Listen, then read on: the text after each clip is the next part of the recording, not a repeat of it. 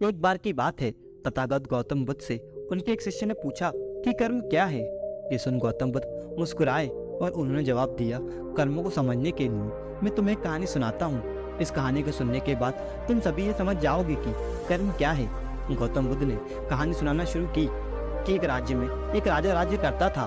एक बार वह अपने मंत्री के साथ देश का भ्रमण करने निकला। भ्रमण करते करते राजा और मंत्री एक बाजार में पहुंच गए। उस बाजार में राजा का ध्यान एक दुकानदार के ऊपर गया। उस दुकानदार को देखते ही राजा के मन में न जाने क्यों ये विचार आया कि मैं इस दुकानदार को कल फांसी की सजा दे दूं। ये बात राजा ने अपने मंत्री को बताई। मंत्री कुछ बोले कि उससे पहले ही राजा उस दुकानदार के दुकान के सामने से आगे निकल चुके थे और दूसरी बात करने लगे।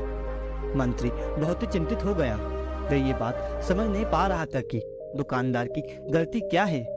दुकानदार से बिना कुछ बात किए, बिना कुछ सोचे समझे महाराज ऐसा फैसला लेने के बारे में क्यों सोच रहे हैं। राजा और मंत्री भ्रमण करने के बाद राजमहल वापस चले गए, लेकिन मंत्री को रात भर नींद नहीं आई।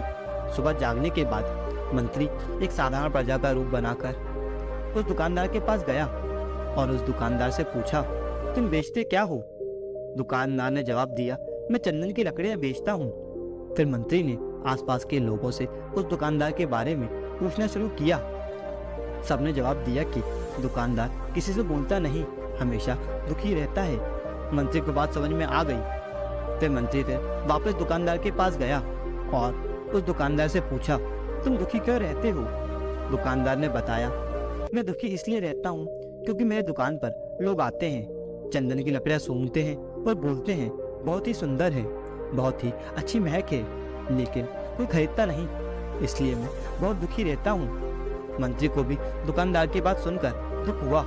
उसने सोचा, आखिर कोई भी दुकानदार दुखी क्यों ना हो अगर उसका दुकान का कोई भी सामान खरीदा ना जाए, जबकि सामान में कोई कमी ना हो। मंत्री सोचने लगा कि ये दुकानदार अपने दुखों की वजह से इतना दुखी रहता है, परंतु राजा इस दुकानदार को फांसी पर क्यों लटकाना चाहते हैं। अर्थात राजा के मन में आए हुए विचार का उत्तर अभी तक मंत्री को नहीं मिला था। मंत्री ने फिर उस दुकानदार से पूछा, भाई तुम क्या करोगे अगर तुम्हारी दुकान की सारी चंदन की लकड़ियां ऐसी रखी रह जाएंगी। तो दुकानदार ने गुस्से के भाव में बोला, हाँ मैं जानता हूँ कि मेरी चंदन की लकड़ियां ये ऐसी रखी रह जाएंगी, इन्हें कोई नहीं खरीदेगा। इसलिए तो मैं सोचता हूँ कि हमारे देश का राजा जल्दी से जल्दी मर जाए। अगर वह जल्दी से मर जाता है तो मैं उस राज दरबार में उस राजा के देह संस्कार के लिए अपनी चंदन की लकड़ी दे देता, जिससे मुझे कुछ पैसे भी मिल जाते और इस बाजार के अलावा बाकी के लोगों को भी मेरी चंदन की लकड़ी के बारे में पता चल जाता। तब फिर शायद कुछ ना कुछ लोग मेरी दुकान से चंदन की लकड़ी खरीदने जरूर आते। मंत्री दुकानदार की बात को सुनकर सब कुछ समझ गया, लेकिन मंत्री बहुत चतुर और समझदार भी था। उसके मन में एक विचार आया। मंत्री ने दुकानदार से चंदन की कुछ लकड़ियां खरीद ली। इस खरीदारी से दुकानदार को कुछ पैसे भी मिल गए और वह थोड़ा खुश भी हो गया। मंत्री चंदन की लकड़ियों को लेकर वापस राज दरबार चला गया। राज दरबार पहुंचकर मंत्री ने उन चंदन की लकड़ियों को राजा के समक्ष रख दिया और बोला कि हे राजन, ये चंदन की लकड़ियां उसी दुकानदार ने आपको भेंट की हैं, जिस दुकानदार को आप कल फांसी देने के बारे में सोच रहे थे। राजा ने उन चंदन की लकड़ियों को सूंघा और उन्हें उन चंदन की लकड़ियों की सुगंध बहुत ही पसंद आई। उन्होंने कहा कि चंदन की लकड़ियां बहुत ही ज्यादा खुशबूदार हैं। दुकानदार की इस अनोखी भेंट से राजा बहुत खुश हुआ और मंत्री को कुछ स्वर्ण मुद्राएं देकर बोला, जाओ उस दुकानदार को ये स्वर्ण मुद्राएं इनाम में देना और बोलना कि आज के बाद मैंने जब कभी भी चंदन की लकड़ियों की जरूरत पड़ेगी तब तुम्हारी दुकान से ही चंदन की लकड़ियां ली जाएंगी। ये बात सुनकर मंत्री जी मुस्कुराने लगे तथा सोचने लगे कि अब तो राजा के मन में उस दुकानदार को फांसी देने का विचार आ ही नहीं सकता, क्योंकि अब तो हमेशा राज दरबार के लिए चंदन की लकड़ियों के इंतजाम की जिम्मेदारी उस दुकानदार को मिल गई है। मंत्री स्वर्ण मुद्राओं को लेकर वापस दुकानदार की तरफ चल पड़ा। इधर राजा इस विचार में पड़ गया कि वह दुकानदार तो बड़ा ही अच्छा इंसान है। जिस वक्त मैं उसके बारे में ये सोच रहा था कि मैं इसको कल फांसी दे दूं, तब शायद उसके मन में उस समय ये विचार चल रहा था कि राजन पहली बार मेरी दुकान के सामने आए हैं, क्यों ना उनको अपनी सुंदर और खुशबूदार लकड़ियों को भेंट करूं। और आज उसने मुझे भेंट भी की। बेवजह ही मैं उसको फांसी देने के बारे में सोच रहा था। इधर मंत्री दुकानदार के पास पहुंच गया। मंत्री ने राजा के द्वारा दी गई स्वर्ण मुद्राओं को दुकानदार को देते हुए कहा कि जिन चंदन की लकड़ियों को कल मैं खरीद कर ले गया था, उन चंदन की लकड़ियों को राजा ने बहुत पसंद किया और इनाम के तौर पर तुम्हें ये स्वर्ण मुद्राएं भिजवाई हैं। ये सुन दुकानदार बहुत खुश हुआ।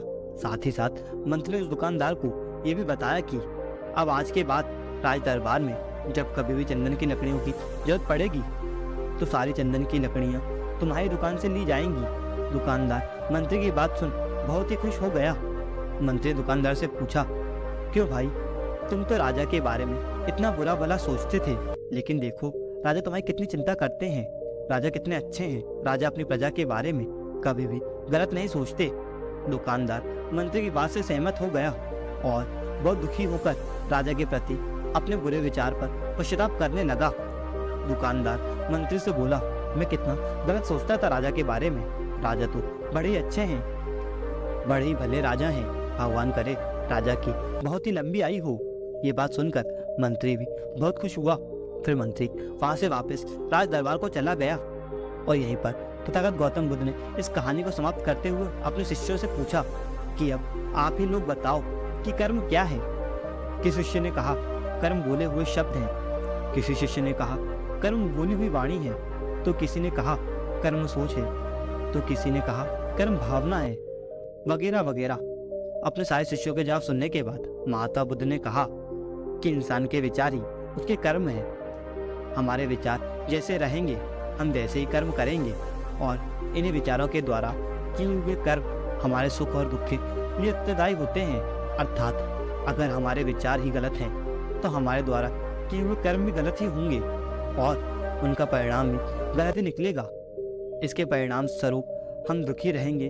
अगर हमारे विचार सही रहेंगे तो हम सही कर्म करेंगे और सही कर्म करेंगे तो सही फल भी मिलेगा, जिससे हमारे जीवन में सुख आता है। दोस्तों, मुझे आशा है कि आपको ये कहानी पसंद आई होगी, तो वीडियो को लाइक करके चैनल को सब्सक्राइब करें। धन्यवाद।